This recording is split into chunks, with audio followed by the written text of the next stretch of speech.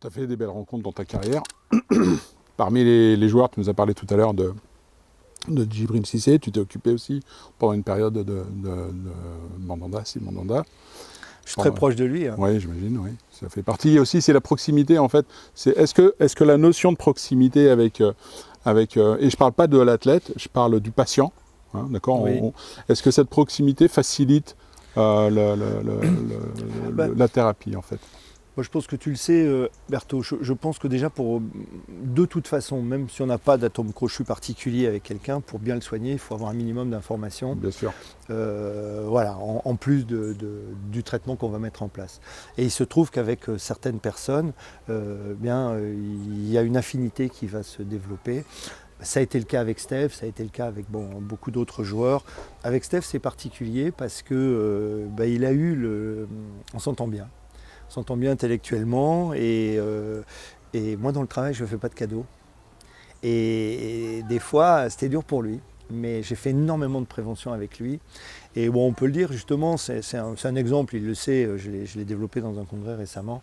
Il avait on va dire une cartographie, une topologie de blessures, mais qui était évidente, pour laquelle j'ai travaillé énormément pour justement qu'il ne se blesse pas sans des blessures musculaires. Et en 9 ans, il a eu 0 blessure. Mais j'étais sans concession avec lui. Hein. Je l'ai raconté dans une interview, des fois quand il partait en douce, parce que la veille, je lui avais donné, tu as un rendez-vous, allez vas-y aujourd'hui, c'est bon. Mais le lendemain, il essayait encore de partir.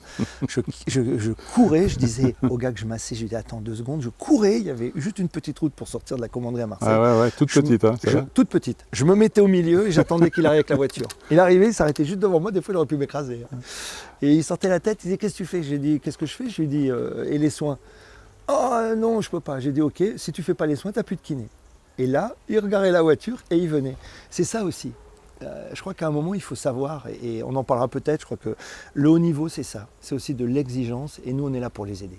On n'est pas là pour leur porter les valises et lever les bras quand ils marquent des buts ou quand on gagne. Bien sûr. Je crois que chacun dans un club de football qui fonctionne bien, chacun a son rôle et doit rester dans son rôle. Je crois que c'est important. Très bien. Donc, justement, on parlait des champions. Dans ta carrière, alors tu m'as parlé de Djibril Cissé, de Steve Mandanda.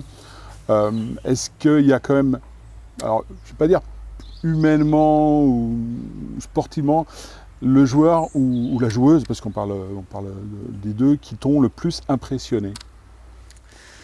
Oh là, ils sont nombreux à m'avoir impressionné parce que j'ai eu la chance d'avoir des champions d'exception. Et la liste des gens qui m'ont impressionné, elle serait longue, parce qu'ils m'ont peut-être impressionné des fois de diverses façons. Parler de Steve, je crois qu'il ne faut jamais oublier ça, c'est à l'image de la vie.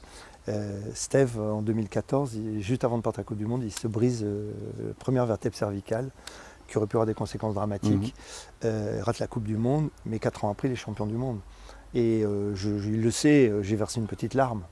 Parce que moi je l'ai accompagné pour les deux, à la fois pour lui soigner ses cervicales quand il était vraiment très atteint, et puis juste avant la Coupe du Monde, une grave blessure musculaire qui a fait le priver de la Coupe du Monde, on a réussi à le soigner et à ce qu'il joue la Coupe du Monde. Donc c'est à l'image de la vie, hein, ces grandes peines qui parfois nous mettent au fond du trou, et puis y compris les champions, parce que c'est un homme derrière, et puis derrière, la plus grande joie qu'il puisse avoir. Le rebond extraordinaire. Voilà. Ouais. Donc lui, j'ai cet exemple toujours, mais j'ai eu tellement il y a des joueurs qui m'ont énormément impressionné, dont j'étais très proche, c'est Emmanuel Petit par exemple, un garçon mais brillantissime, bourré de talent, mais qui avait autre chose dans la vie que le football, un profil particulier, mais un niveau extraordinaire. Qui revendique d'ailleurs. Hein. Bien sûr, non mais bien entendu. Qu'il a affirmé très tôt. Mais ces champions, ils ont Didier Deschamps. Moi que je n'ai pas connu joueur, mais que j'ai connu entraîneur, mais ils ont une force en eux incroyable. Didier, c'est une force mentale, une volonté. J'ai eu d'autres champions du monde, Alain Bogossian, un garçon, mais pareil, extraordinaire. Et l'un des liens, c'est à la fois ils sont des passionnés, et ensuite ce sont des travailleurs, et ils ont cette dose d'humilité tous. Ils ont cette dose d'humilité. Et on parlait de Djibril tout à l'heure, qui peut-être pour certains peut paraître pour peut passer pour un homme fantaisiste. C'est tout le contraire. L'homme qu'il est, c'est tout le contraire. C'est un garçon intelligent, c'est un garçon très réfléchi, et c'est un garçon qui a une volonté. Mais je crois qu'on ne devient pas un champion. Non, et puis il a une après-carrière qui démontre exactement ce que tu es en train de dire. Oui, C'est vrai que l'image qu'il renvoie est de Bad Boy à une période avec la JOCR, et puis après, sur la suite, et puis son look, parce que c'est vrai qu'on a toujours parlé du look de Djibril Cissé. Ils sont très différents tous. Exactement, très tout à fait. Alors parmi les joueurs ou joueuses, encore une fois, que tu n'as pas suivi et que tu te dis, ouais, j'aurais aimé. Alors je vais faire une parenthèse. Un que j'ai suivi, dont j'étais proche, qui est un garçon extraordinaire, mais peut-être le plus talentueux, mais c'est inouï, c'est Hatem Ben Arfa. D'accord, ouais. Hatem Ben Arfa. Inouï. Et alors, bon, moi qui suis passionné de tennis, j'ai eu la chance avec un garçon extraordinaire que j'ai connu à 14 ans et avec lequel j'ai fait toute sa carrière et dont je suis très proche, qui est Mickaël Laudrat. J'avoue que, puisque tu me demandes ce qui me ferait rêver, celui qui me fait rêver, c'est Raphaël Nadal. Il faut le reconnaître. Il faut le reconnaître. Bon, et pourtant, j'ai eu des grands champions. Je me suis occupé de quelques vainqueurs de Grand Chelem. Mais là, pour moi, on touche le Graal du sport. Le summum, avec l'humilité, je pense la gentillesse, le travail. C'est un exemple. Pas le dire. Enfin bon, je crois tout ce qu'on peut étaler pour les jeunes. Je pense que, alors c'est pas forcément ce qui les attire le plus.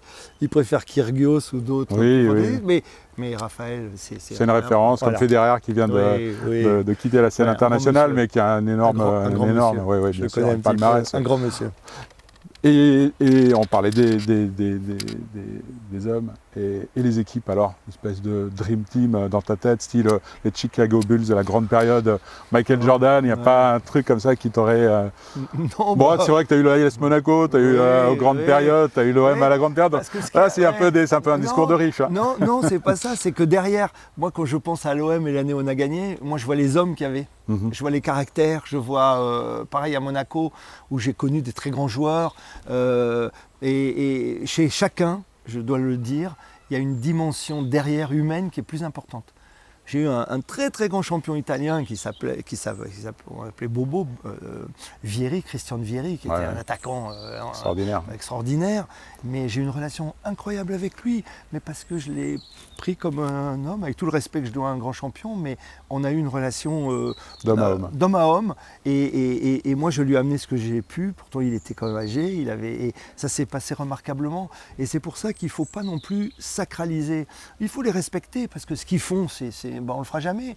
Alors on peut avoir une vision, et je l'ai toujours, des yeux un peu éblouis par ce qu'ils sont capables de faire, mais derrière ça reste un homme.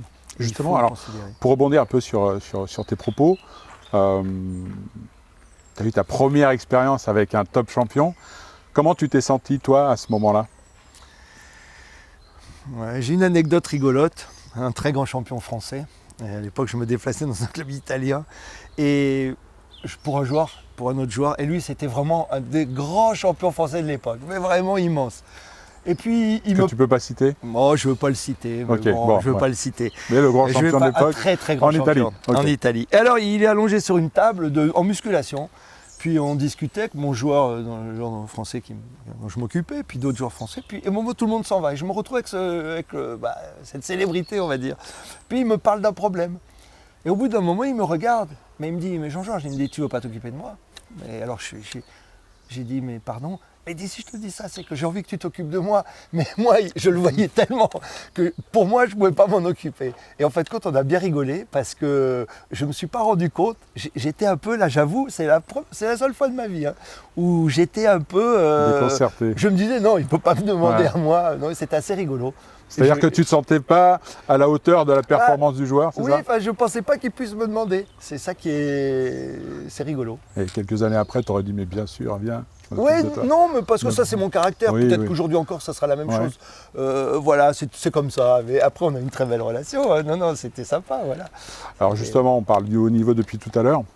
Qu'est-ce qui fait justement parmi les rencontres que tu as pu faire et l'expérience que tu en retires, qu'est-ce qui fait justement qu'à un moment donné, entre un très bon joueur et l'excellentissime joueur, ou dans tous les sports confondus, qu'est-ce qui fait la différence finalement entre le très bon et l'excellence mondiale ? En fait. L'exigence du très haut niveau. Alors c'est une réponse très modeste que je vais faire, mais voilà, je vais vous dire carrément ce que je pense. Le premier critère, c'est la passion. le champion, il est plus passionné. Plus passionné que voilà. Ils ont la passion chevillée en eux. Voilà, c'est sans limite. Ça, c'est la première chose. La deuxième chose, c'est le travail, la rigueur. Voilà. Parce que même certains fantaisistes ont derrière leur façade de fantaisiste beaucoup de rigueur. C'est une rigueur spécifique à leur activité. Et puis, il faut dire les choses. Bon, il y a le talent. Alors que là, c'est merci papa, merci maman, la génétique. Voilà, il faut le dire.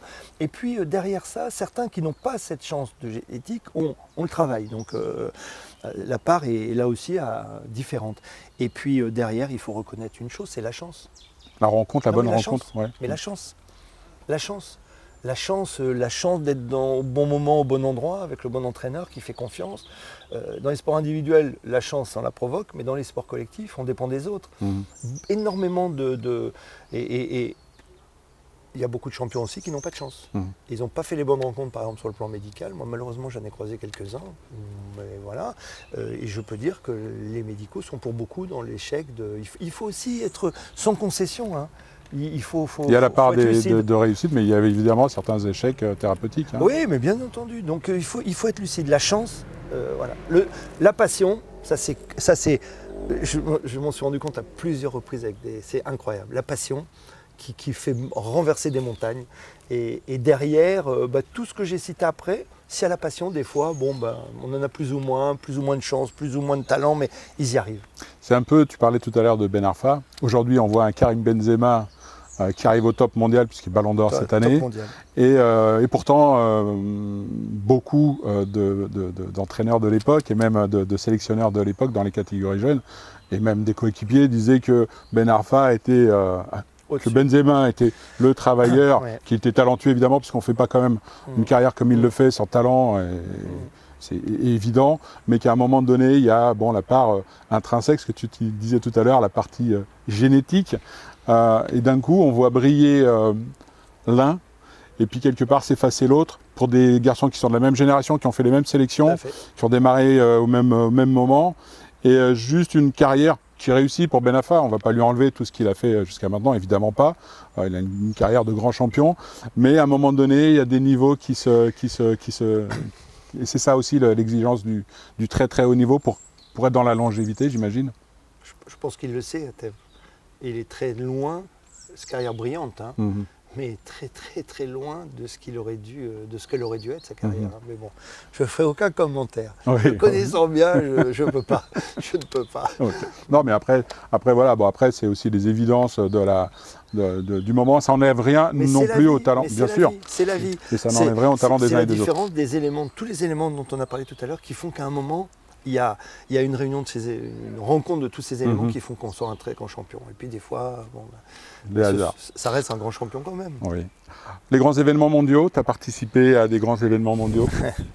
Quelques-uns. Coupe du Monde, Jeux Olympiques? Non, pas Coupe du Monde, j'ai fait championnat du monde d'athlétisme. Okay. Alors plusieurs avec l'équipe de France junior, un avec l'équipe de France senior, extraordinaire. J'ai beaucoup appris. J'en ai profité pour aller voir les grands champions, en particulier moi qui suis très porté sur les lésions musculaires. Je suis allé voir tous les sprinteurs mondiaux. Je me faisais remplacer par un copain. On avait des permanences, donc je lui rendais les permanences et moi, il me reposait, j'allais voir. Et j'ai appris énormément. L'observation. J'ai appris énormément. J'ai fait Coupe d'Afrique des Nations, Champions League, diverses Coupes d'Europe. Oui, c'est des choses qui enrichissent parce que c'est des événements où il y a une énergie incroyable, il y a une ferveur. On voit des hommes et des femmes qui sont heureux d'être là et qui ont conscience que ce n'est pas donné à tout le monde. Donc non, c'est une chance. Ouais. Quand on est passionné de sport, c'est une chance. Voilà. Les Jeux 2024, tu seras observateur ou acteur? Petit scoop. Oh non, il n'y a pas de raison, hein. J'aurai 2 ans de plus. Non, je serai sûrement devant ma télé ou peut-être au stade pour en voir certains, mais non, c'est bien. Bon. On va parler d'un sujet, on va le faire court, mais quand même un sujet qui est important dans le milieu du sport et dans le milieu du sport de très haut niveau, c'est celui du dopage. Je me rappelle, il y a quelques années, Antoine Galibert, qui était l'ancien kiné de l'équipe de France de rugby, il y avait un livre qui était sorti sur le 15 de France à l'époque, où justement, plus ou moins dénoncé certaines pratiques, que lui il a dit non, moi j'ai jamais observé en tant que kinésithérapeute, j'ai jamais observé quoi que ce soit, ni pilule, ni rien. Justement, toi, par rapport à ton vécu, encore une fois, on n'est pas là pour dénoncer ou dire c'est bien, c'est pas bien. Après, tout le monde sait, tout le monde doit savoir ce qu'il pense du dopage. Mais est-ce que c'est quand même des sujets qui reviennent de manière récurrente dans les conversations que tu peux avoir avec des sportifs, des entraîneurs, des préparateurs physiques? Alors c'est un sujet complexe, hein. Moi je vais vous dire, hein, j'y ai été confronté sans y être réellement confronté en athlétisme, sur un jeune que j'ai vu il n'y a pas très longtemps, qui était brillantissime, sur une discipline du demi-fond, et qui était dans les meilleurs mondiaux, mais on va dire dans les 10 meilleurs athlètes mondiaux. Mais il y a la tentation d'être dans les 2-3 premiers. Et malheureusement, le pauvre, il a été pris positif. Alors que bon, c'était un très gentil garçon, mais bon, voilà. C'est cette tentation, parce que c'est des sports où là, il n'y a pas le jugement humain, c'est des sports de performance individuelle. Et donc, il y a la tentation. Eh ben, quand on n'y arrive pas, ou presque, on est presque, c'est de passer la marche. Et après, deux autres fois, alors là, c'est par des blessures. Chez un gars que j'aurais jamais dû croiser dans ma vie, mais qu'on m'avait envoyé, c'était un quarterback américain. Et eux, ils ont une culture du dopage incroyable. C'est encore autre chose. Et ils étaient venus faire la saison en Europe, et bon, il s'était blessé. C'est un très grand joueur américain. Et lui, déchirure. Alors, bien sûr, vous le savez, les anabolisants, c'est le développement du muscle au détriment des tendons qui eux, ne vont plus bouger. Et là, c'était un tableau abominable. Et il avait déchiré tout le pectoral et une partie des tendons de l'épaule. Mais il était bodybuildé, voilà. J'ai des photos, c'est incroyable. Un garçon charmant par ailleurs, mais bon, eux c'est dans une culture. Ouais. C'est notre manière de voir le dopage. Un autre garçon qui est un lanceur autrichien, lanceur de poids autrichien, qui lui pareil, quand même cas que le premier athlète, qui était dans les meilleurs mondiaux, mais pas, d'ailleurs quand je l'avais, il était avec le champion du monde, recordman du monde au lancer du poids, son coéquipier d'entraînement, mais qui n'avait rien à voir. Et bien il s'est rompu le tendon quadricipital, ce qui est une blessure rarissime, mais rarissime, et donc sûrement lié à des pratiques dopantes. Moi voilà, ça s'est arrêté là parce que le football, dans le football, vous savez, je suis pas certain. Beaucoup pensent qu'il y a du dopage. Moi, je ne le pense pas parce que déjà il y a des contrats. L'enjeu de perdre un contrat, et je pense qu'il n'y a pas beaucoup de joueurs qui seraient capables de prendre ce risque-là, parce que voilà. Enfin, c'est comme ça que je vois les choses. Ouais. En tout cas, moi, dans le football. J'ai jamais eu le moindre doute.